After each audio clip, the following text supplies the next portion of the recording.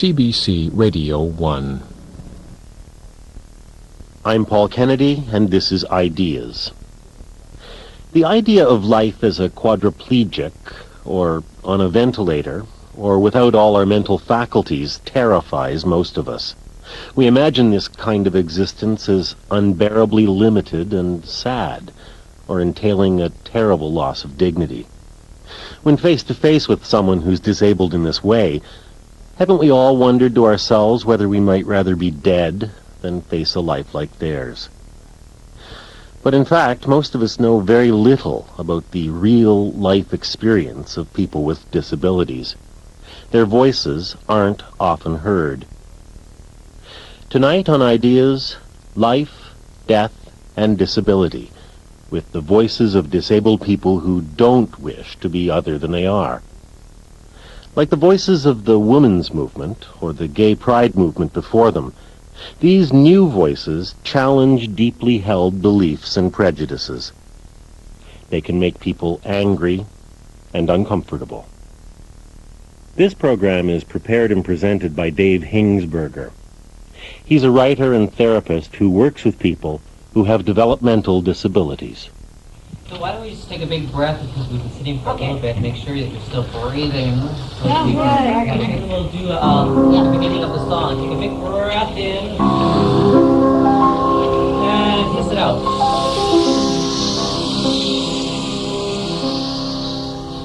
And here's your introduction.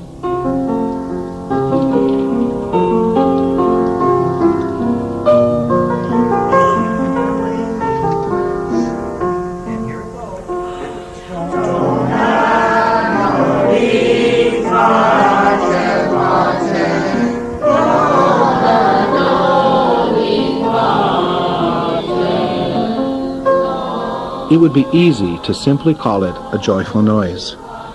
These are people that history has called names: idiots, imbeciles, morons, and retards.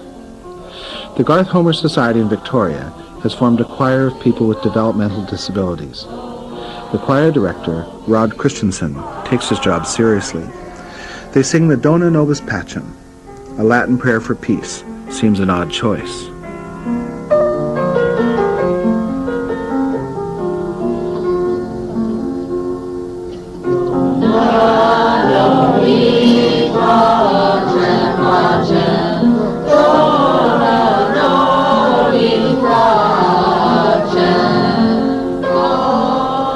I noticed an elderly woman with Down syndrome in the choir. For her, music seems to be a foreign tongue. Like someone unused to a new language, her mouth can't form the words.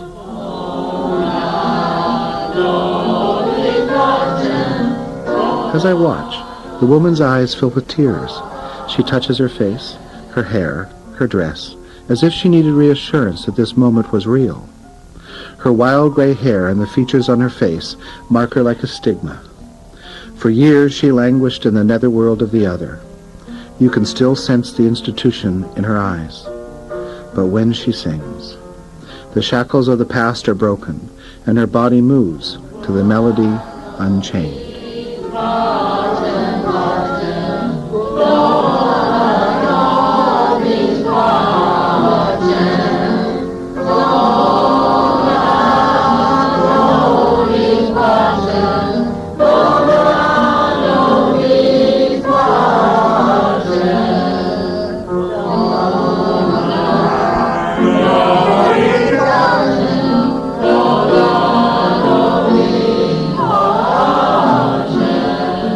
Dona Nobis Pacem, grant us peace.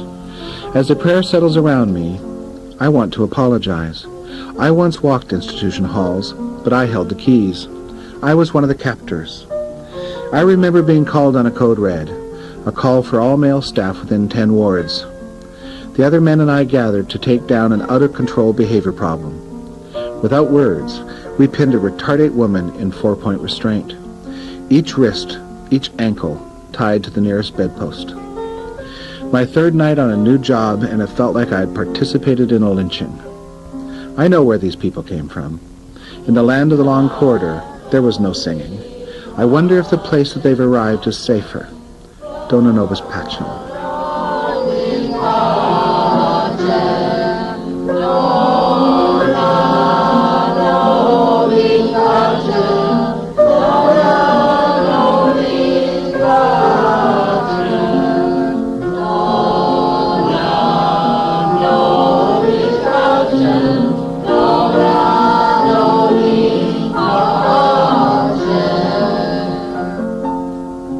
The singing is over, and the choir packs up to leave.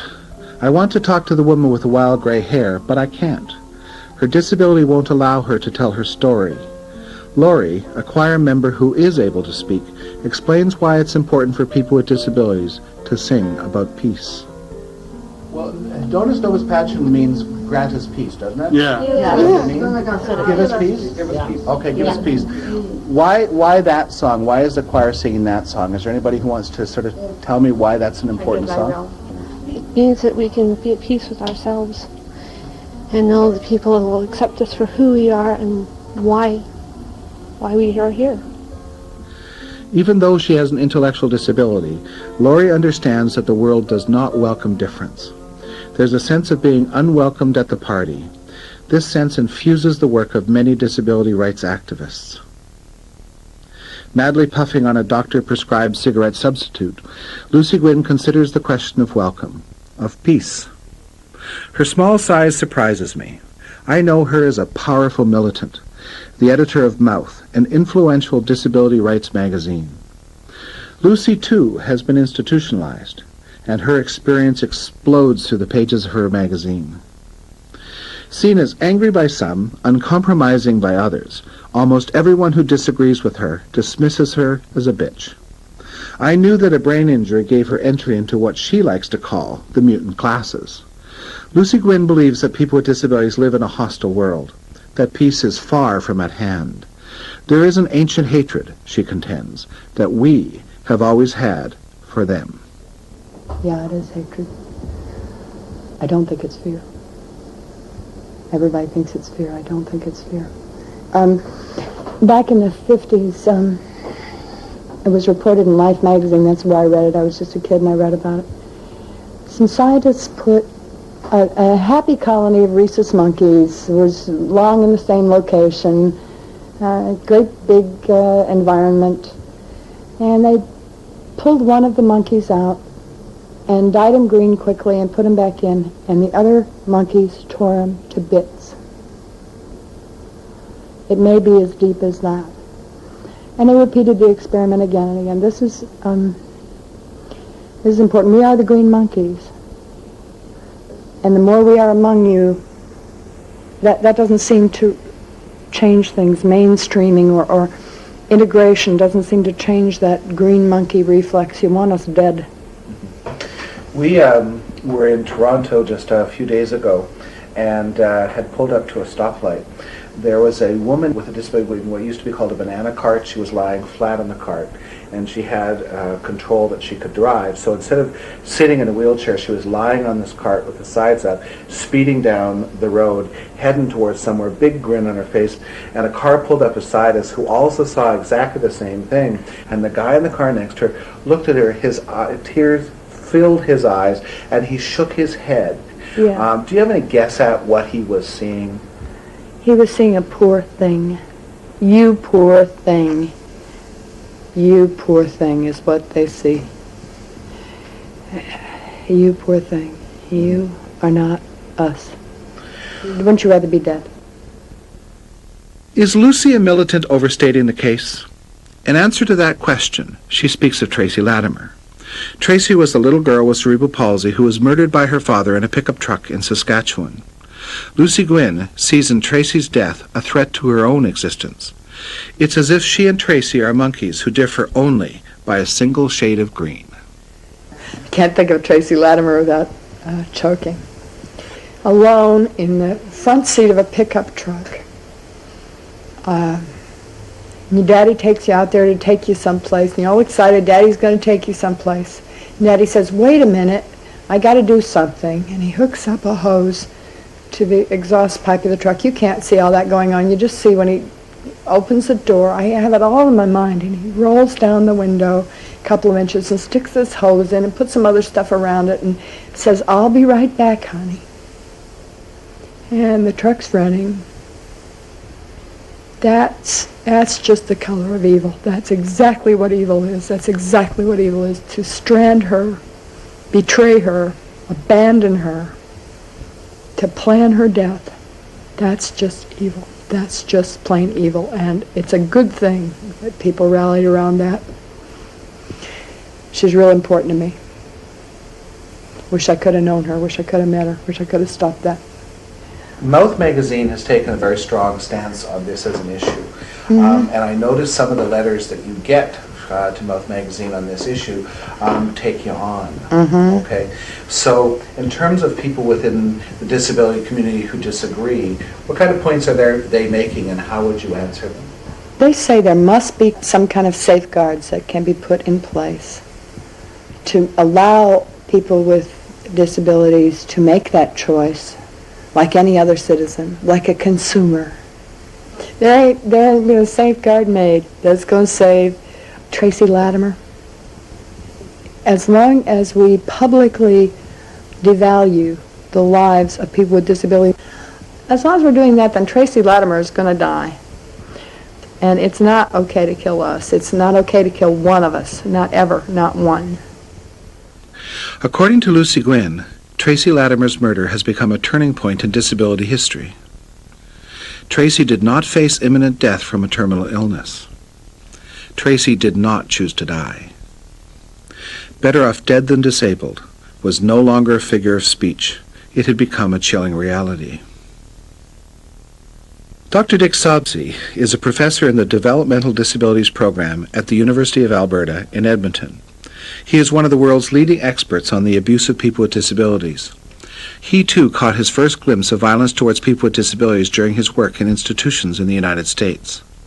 Sobsey's research shows that children with developmental disabilities are twice as likely to be victimized in their own homes and 3 to 5 times more likely to experience violence outside the family. His statistics suggest that the problem grows in severity as the child grows older. Dr. Sobsey has been studying the murders of over 1,200 people with developmental disabilities. We're starting to do an examination of homicides where the victims have developmental disabilities. It's a really very common phenomenon.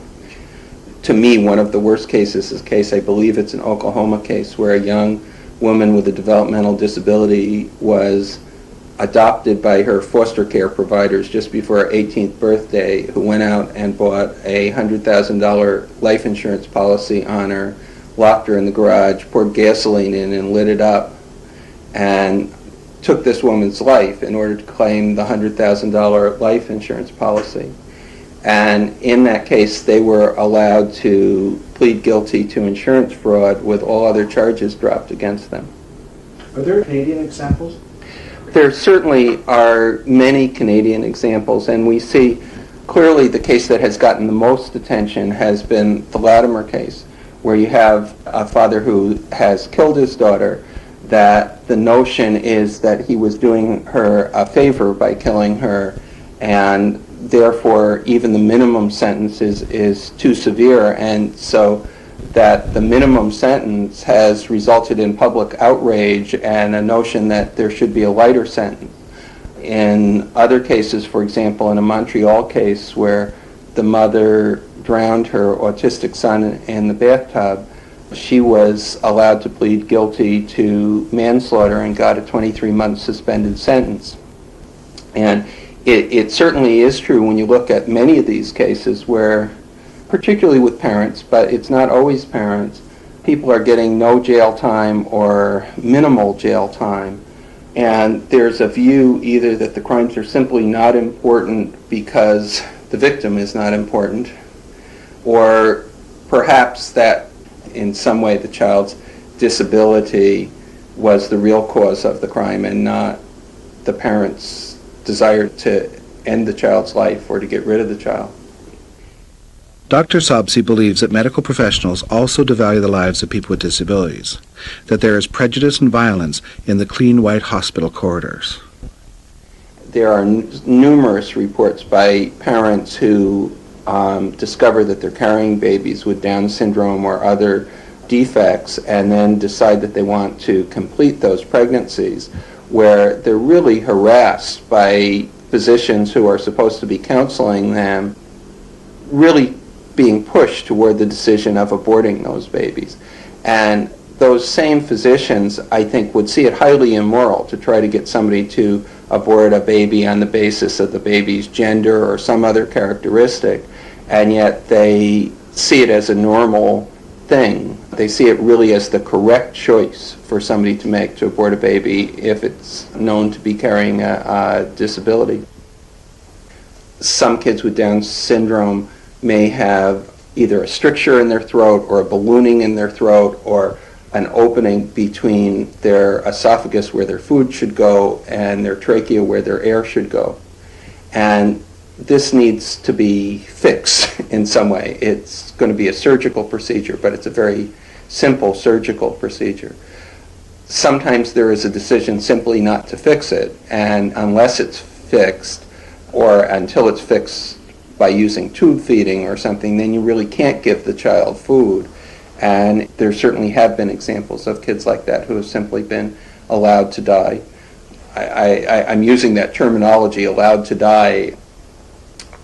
I don't really feel comfortable with that terminology. It's, to me, that's like saying, if somebody is falling off a building and choosing not to catch them, that you're allowing them to die, or if they're in a burning building and you choose not to unlock the door, that you're simply allowing them to die.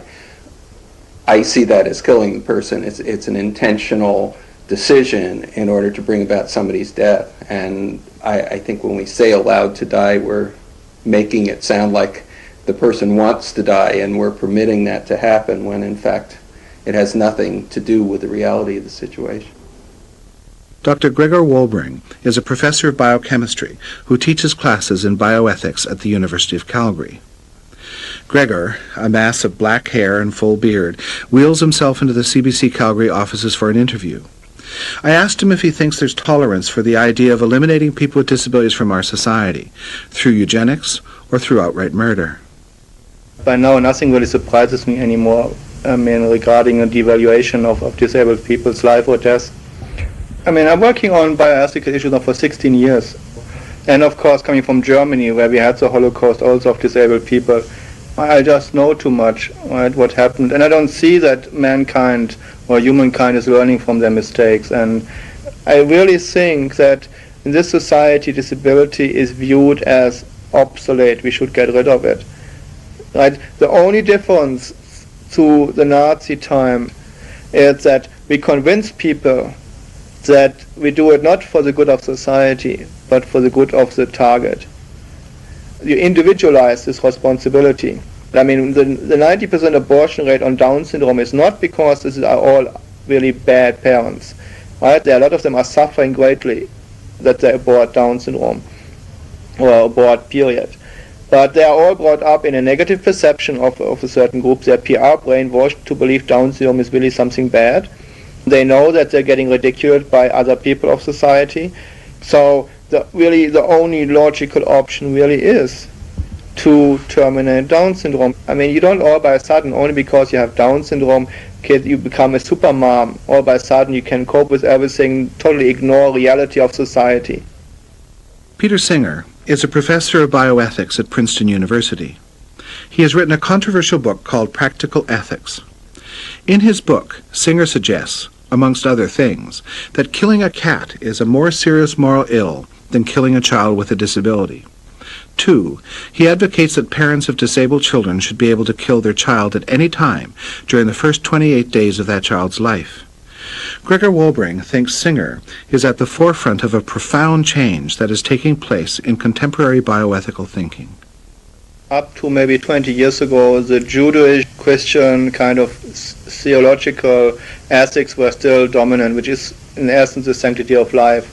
But the more utilitarian bioethicists like Singer discard the sanctity of life issue because they say it's simply not tenable. And they replace it with it because you have to have some ethics, or you have to have something where you build up your theories on. And they do it, base it now on a quality of life ethics, which means, in essence, that someone else decides which life is worth living or not. And the problem is that, for the most part, we do this for a long time. Right? We all the time judge people and their qualities. That's why we have this dismal record about disabled people, because we view them as this really not worth living, and they're really better off dead or not being born. I mean, this is not like a new kind of sentiments towards disabled people. I think this is just ingrained in people for like centuries. The only thing is Singer is using this now as an ethics approach. And with an increasing gene and biotechnology, of course, we can predict more and more of characteristics with this very negative stigma attached to them. And we can now, of course, prevent these characteristics much, much earlier. So as the techniques are getting smarter and smarter, the level of resistance will simply weaken. Gregor Wolbring is vehemently opposed to what he sees as a trend in academe towards ethical thinking based on the idea of quality of life. There is a worrying precedent. He cites a book written in the 1930s by two German authors by the names of Binding and Hocke. Binding and Hocke were, one was a physician, one was a lawyer, who wrote a book, Life Worth Living, which was very, very influential in the 20s and 30s among academics, which actually prepared the academics, a theoretical framework for what the Nazis then in essence done. The Nazis were by no means inventive. I mean, they used theories which were out there. A lot of them were actually shaped by that because they are also a product of the education of that time. And if you're all the time educated, feeling about a certain group in a certain negative way, I mean, I can't even blame you for actually believing it, because if you don't hear anything else, the Nazis only then coupled that to a very nasty efficiency in getting rid of that group which had the negative stigma. But for me, the dangerous part were not the Nazis. The Nazis just done it. The dangerous part was that the academics were preparing the ground. And the academics today are as influential as they were in the 20s and 30s. This hasn't changed. And when I see the bioethics field and see the wordings they are using in their literature towards disabled people, I mean, it's the same kind of devaluative semantics they're using, whether we are defective. It's like countless the words. And that hasn't changed. And the bioethicists are now the so-called consciousness of society, right? They develop what is ethical in this society. Gregor is one of only a few bioethicists with disabilities to be heard in these debates. Part of what motivates him to be so outspoken is his own bedrock belief that he is not deficient just because he's disabled.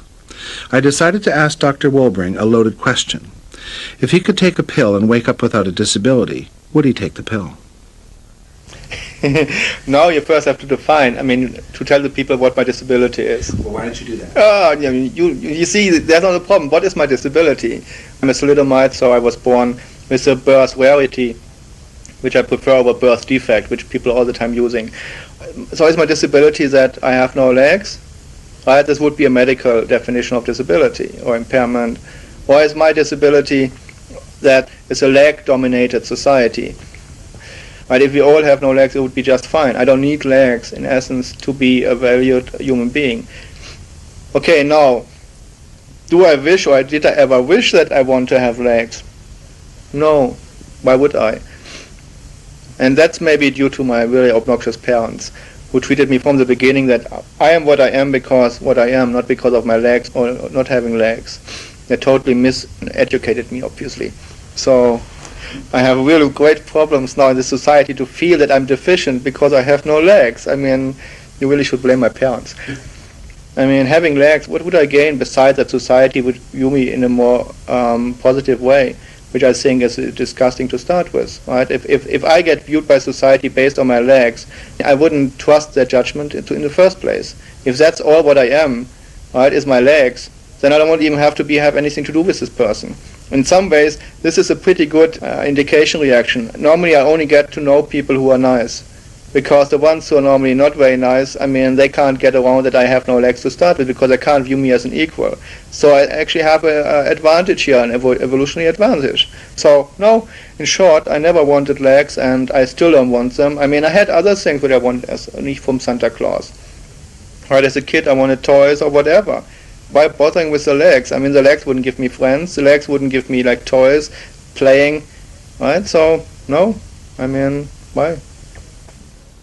Tonight on Ideas, you're listening to Life, Death, and Disability, prepared and presented by Dave Hingsburger. Dave Hingsburger is the author of more than 25 books on the subject of developmental disability, and he lectures throughout the United States and Canada. Anita Dadson is the mother of a severely disabled child. As she tells her story about the day her daughter was taken to emergency in a hospital in British Columbia, her voice grows quiet and her eyes still. It's as if she is besieged on one side by grief and on the other side by fear. Grief for how the doctor saw her child, and fear that one day she may not be there to protect her daughter from care. As she speaks, I notice emotion swelling in me. I realized I felt envy for a woman with a severe disability named Sydney. This woman in front of me telling her story, this woman is a mother who is capable of loving her child, accepting and welcoming the kid she was given, fully able to speak of pride. Well, it was a day we got a call. Our daughter's in a group home, and we got a call to say that she had been taken to hospital, was having difficulty breathing. So my husband and I went down and met her. Actually, she had already arrived at the emergency room at our local hospital. Before we were allowed to go in, we were advised that a doctor wished to speak to us. So we were taken by this woman doctor into a little room, and she started to talk about the fact she had rather a delicate situation to talk with us. Of course, our immediate thought was, my God, she's gone, Our daughter, I should mention, is 31 years of age, has cerebral palsy, requires total care in all aspects of her life, and of course, breathing and respiratory problems have been sort of a major ongoing concern.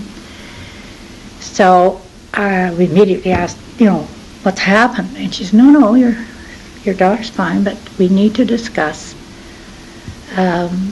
do not resuscitate with you.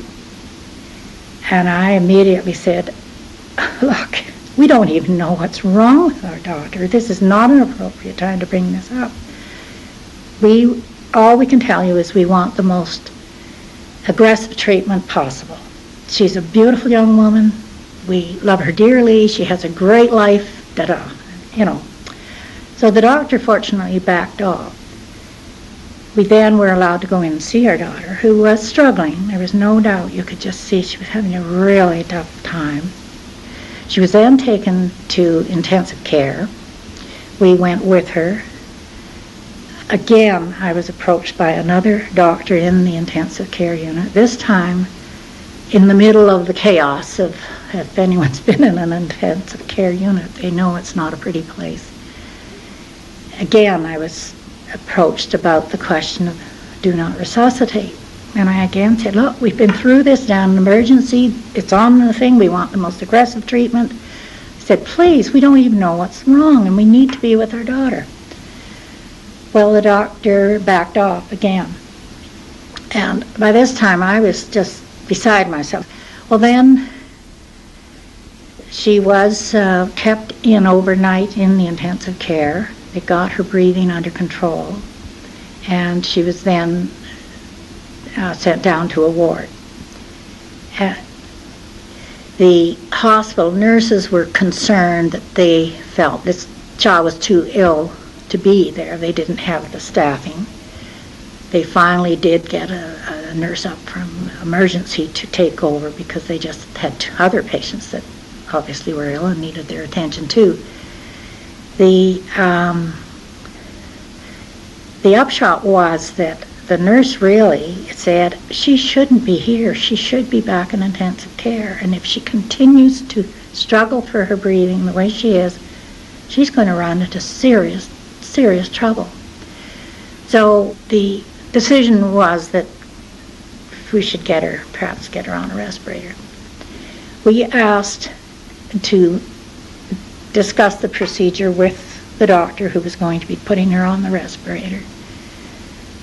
We were sitting in the outside little sitting area, and the doctor and the nurse came out and called us into the hallway. And he introduced himself, and I said, I understand you're going to do this procedure for Sydney. And he said, I am totally against it. And my husband and I just thought, oh my God, what do you mean? And he proceeded to give his reasons, and we had witnesses because the nurse was still there and the caregiver. They were sitting in the sitting room comfortably while we were standing in the hallway. And he proceeded to give the reason because she couldn't walk, she couldn't talk, she was fed by a tube, she was in a wheelchair, and he outlined just a blatant focus on her disability, nothing to do with the fact she was having trouble breathing. And I said, well, if you don't do it, what does that mean for our daughter? And he said, well, she won't make it. And I mean, he was as insensitive as I've ever met a doctor, and we've met many over the years. So I guess the thing that just absolutely frightened us later was that we actually asked for time to consider what we should do. He said he'd give us half an hour, and with that, he and the nurse just walked off. Well, my husband recovered his senses faster than I did, and he turned to me, he said, my God, we've got to get her on this respirator. So anyway, we followed the doctor in and just said, put her on it, which he did. And so it was frightening to see her there. But one of the nurses who also worked for the community nursing team and knew Sydney in her community living group home came in the next day after she was on the respirator and recognizes that, my God, that's Sydney. And he's put a face on that young woman that hadn't been done really up to this point, and just said what a neat young woman she is, and just what a credible personality, and just has a wonderful life and the whole bit. So suddenly the staff started to look at her in a different light. Anita Dadson is aware that most people, like the doctors at emergency that day, have trouble seeing the value of her daughter's life. Well, certainly from the experience that we've had over the years, we've felt we had to be right there at all times to be the advocate on behalf of our daughter and fight for her and interpret who she is, what she's capable of doing, and some of the joys that she shares, because often looking at our daughter or any disabled people see that. They don't go beyond that, and that's where they stop. She's just contributed so much, and I know she's a happy child. She's been through a lot. There's no doubt she's had a lot of orthopedic things. She's got two rods in her back. She's had hip replacement. She's had adductor cord severed. She's had muscles stretched on the side of her legs, all to do with making it easier to provide care for her. She now has a tube in her stomach. She also has supported by oxygen. But these are all things that make life possible for her. And she's still smiling and laughing and looking forward to every day with anticipation, just like most people are. So she's a great young woman. Has a lot of living to do still. Dr. Angus McLaren is a professor of history at the University of Victoria. He sees the sentiments involved in dehumanizing people with disabilities as nothing new. In a society that has locked people with differences away, it is no surprise that Canadian history regarding disabilities is little known. His book, Our Own Master Race, shows that the tolerant society we believe Canada to be is more mythical than real when it comes to disability. In British Columbia and Alberta, there were bills that legislated what they called the sterilization of the feeble-minded. And this type of legislation, of course, was similar to that which Nazi Germany put into place in 1933, but the Canadian legislation predated it.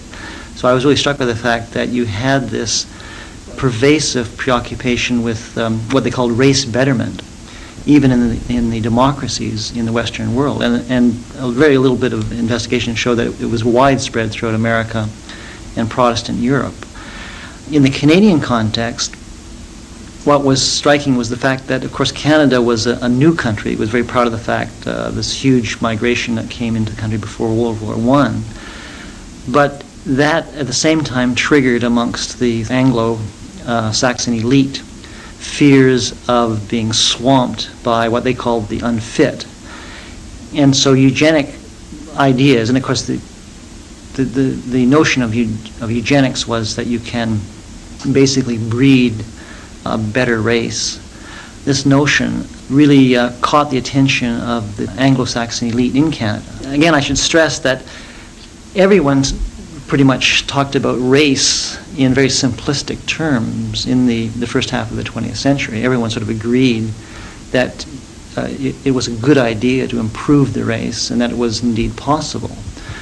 Now, one way would be to prevent the immigration of people who are considered to be unfit. And so you begin to get medical inspections of migrants, various types of tests and whatnot. In schooling as well, there was a new concern. First of all, if you might say a benign progressive concern that children get the best type of schooling. But as you had schooling made free and compulsory, as it was in most of the Western world, and as you have certain norms established as to what a child should be able to accomplish, say at age 6 or 8 or whatever, by that very process of regimentation, you had the creation of the abnormal child. And in a sense, they were almost, you might say, invented by this process of homogenization. Children who could do well in a system which didn't demand a sort of rigid regimentation suddenly stood out. And people who were concerned about what they called, quote, normal children, didn't want these children that didn't fit with their children, somehow tainting them. So again, you have this interesting process of various progressive movements that are looking for the improvement of family life and better babies, establishing norms that are creating this sort of the social other. It didn't really require an official eugenic movement per se. These were ideas in the air. Some of the people advancing these new ideas about breeding a better race were the most progressive people in the country. As Angus MacLaren has said, these ideas were in the air. Medical science had proven that there were some things that were inherited, like blood types, for example, were discovered in the early 20th century, and there are various other types of diseases that could be passed on. So in a simple-minded manner, many people thought, well, almost everything could be passed on genetically, honesty, integrity, intelligence, and that just as people could breed better animals, so too one could perhaps breed better people, or if you couldn't do that, at least prevent the worst types of people from reproducing. Now, because it was a question of reproduction, it's interesting to note that many of the women's groups were involved in these sorts of discussions of the necessity of breeding a better class of Canadian.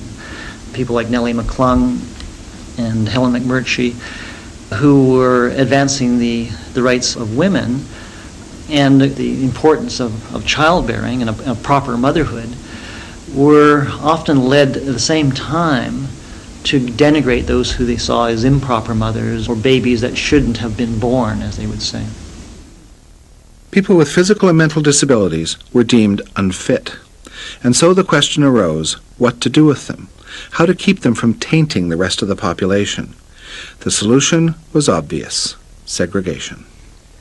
Of course, there were new institutions that had been built in Canada from the 19th century onward, asylums and homes, reformatories. And here again the notion was that these sorts of institutions could be used to sort of segregate those people deemed unfit. But the notion that these sorts of institutions would, in a sense, solve the problem clearly didn't bear fruit. So you have the more extreme sort of eugenically minded moving on to suggest, well, perhaps, in fact, legislation for sterilization of these sorts of people should be put into place. Now, the people who support or share these sort of preoccupations, interestingly enough, are oftentimes people in the helping professions. Again, the early social workers, many of the early philanthropists, even people in things like the Crippled Children's Society, who one would have anticipated being more sympathetic to their, you might say, their clientele, often embrace these notions that these, quote, abnormals shouldn't reproduce. Now, some of these people in the helping profession saw this as a humanitarian step to take, that far better that certain people should never have been born and that they should have to suffer a certain life and then indeed perhaps pass on their tainted genes to a subsequent generation. So that eventually when a eugenic society is created in Canada, and it does emerge in the 1930s, the people who are members of it come from, again, social work, doctors, psychiatrists, educators. Now, again, it's striking that these people are bright, intelligent, and many of them very socially involved individuals. Now, in Alberta in 1928 and then in BC in 1933, we had bills passed for the sterilization of the feeble-minded. In Alberta, the legislation was revised in 1937 to make it, in fact, compulsory in certain circumstances and much more draconian measures. And it would appear that probably about 3,000 people were sterilized in Alberta, which means, in fact, that Alberta was one of the locales in which we had the highest level of sterilization of the feeble-minded in the Western world. And many of the people who supported this legislation, again, right through the 30s, they still were pointing to Germany as a country that was really carrying out policies much more vigorously and effectively. One seldom hears the word eugenics anymore when talking about life and death issues regarding people who have obvious disabilities. However, words like common sense, common decency, common humanity are often heard when discussing the death of a child like Tracy Latimer. Even so, today's common sense was yesterday's eugenics, and yesterday's eugenics led to the death of disabled people. As a parent of a child with a significant disability, Dick Sobsey of the University of Alberta seems driven to ensure that people understand the value of his child, the contribution his child makes, the need he has for his child to be seen as fully human and fully valued. As we talk, David, Dr. Sobsey's son, is playing in the other room.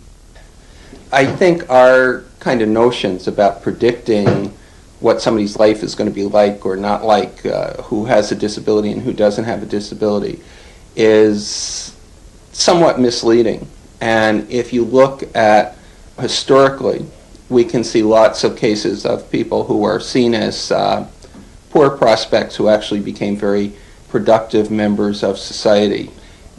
Pablo Picasso is a good example of somebody who was stillborn, and the midwife went down and told the father, who was sitting with the uncle who was a doctor, who walked up and made a decision that maybe he would try and resuscitate this unbreathing infant. And at the time, this was seen as, maybe it wasn't what God intended. This baby wasn't likely to live long if it had to be resuscitated. He did live something more than 90 more years.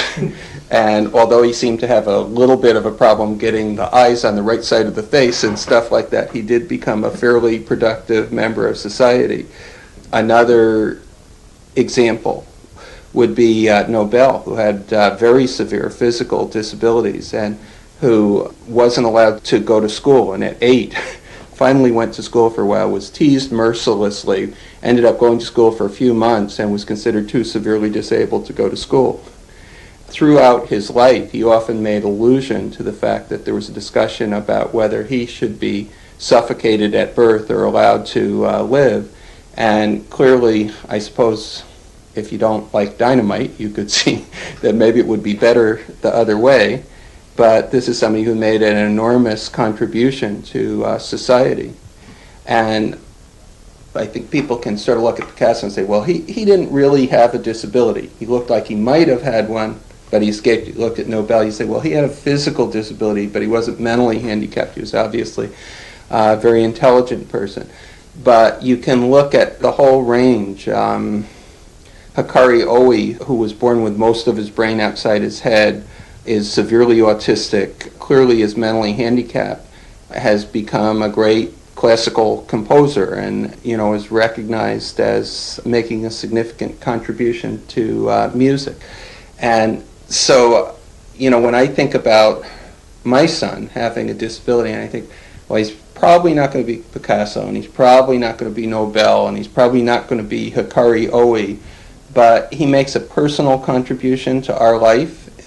And, for most people who I know None of them, whether they have a disability or not, are going to turn out to be Picasso or Nobel or whatever. And his contribution to our life is certainly as great as anybody else's could be.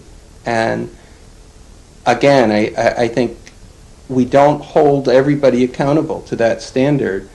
Why is it that we suddenly feel that this group of people we can hold accountable, that you have to prove in advance what you're going to contribute to have a right to be here?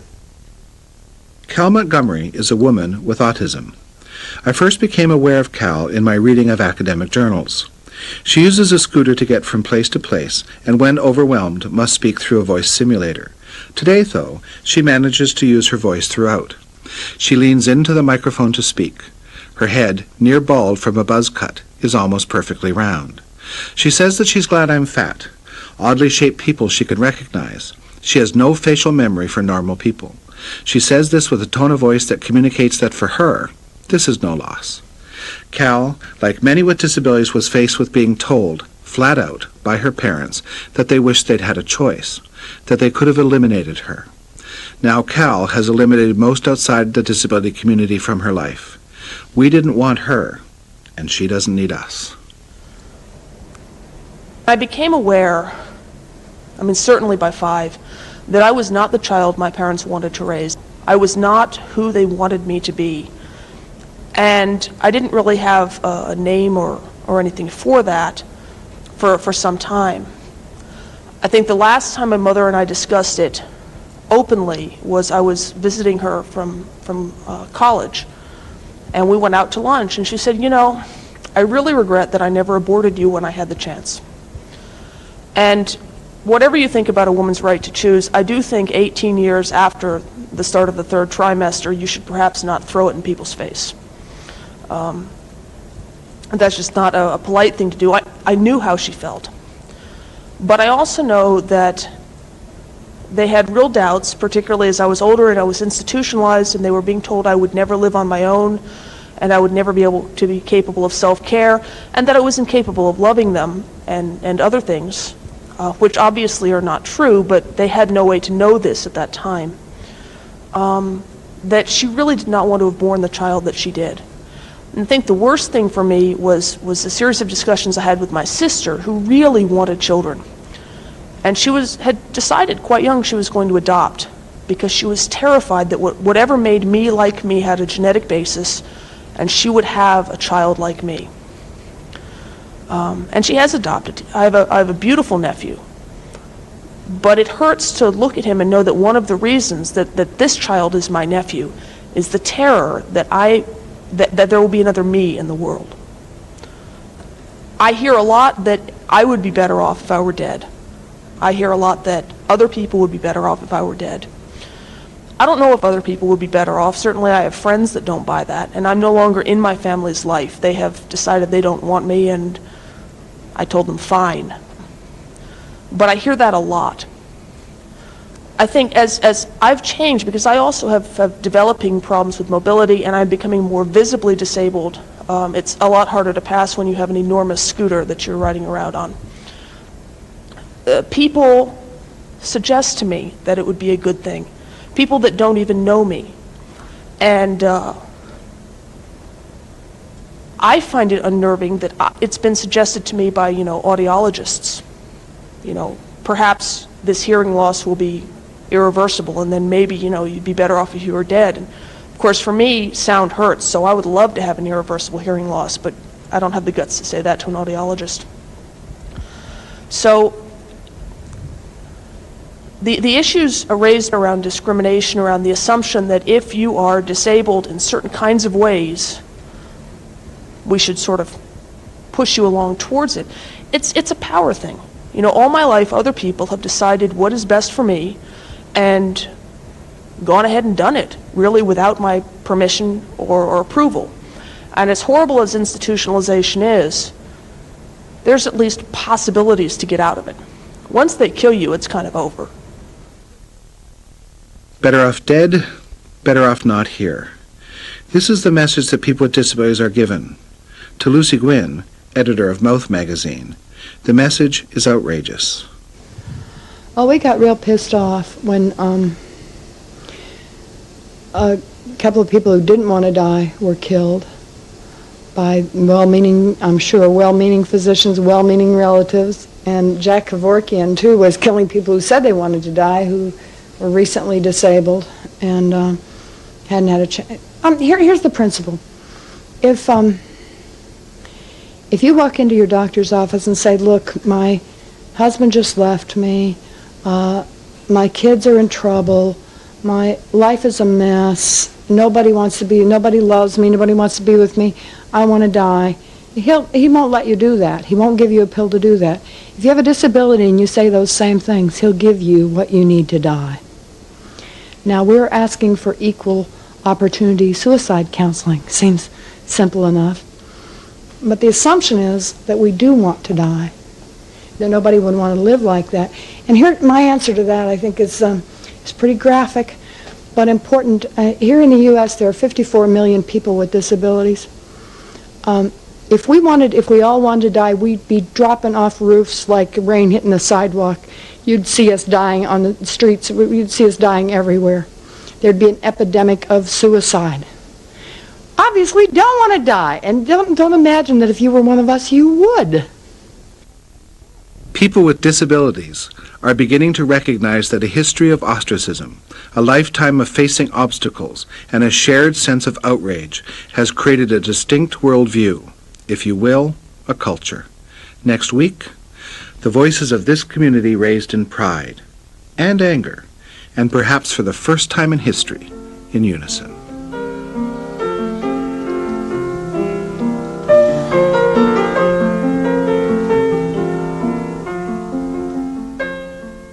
Tonight on Ideas, Hour 1 of Life, Death, and Disability. The program was prepared and presented by Dave Hingsburger. Special thanks to Michael Susi and Joe Jobs for their assistance. Studio operations were by Dave Field and Serge Brideau.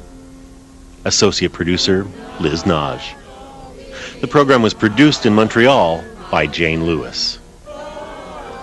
This two-part program is available as an audio cassette for $26 or as a printed transcript for $14, taxes and shipping included.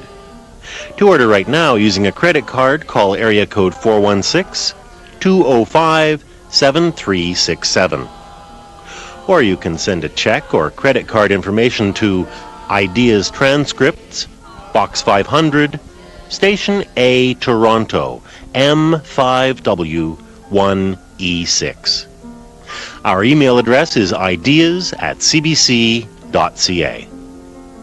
The executive producer of Ideas is Richard Handler, and I'm Paul Kennedy. Please stay tuned now to CBC Radio 1 for the hourly news, followed by the Arts Today and Between the Covers.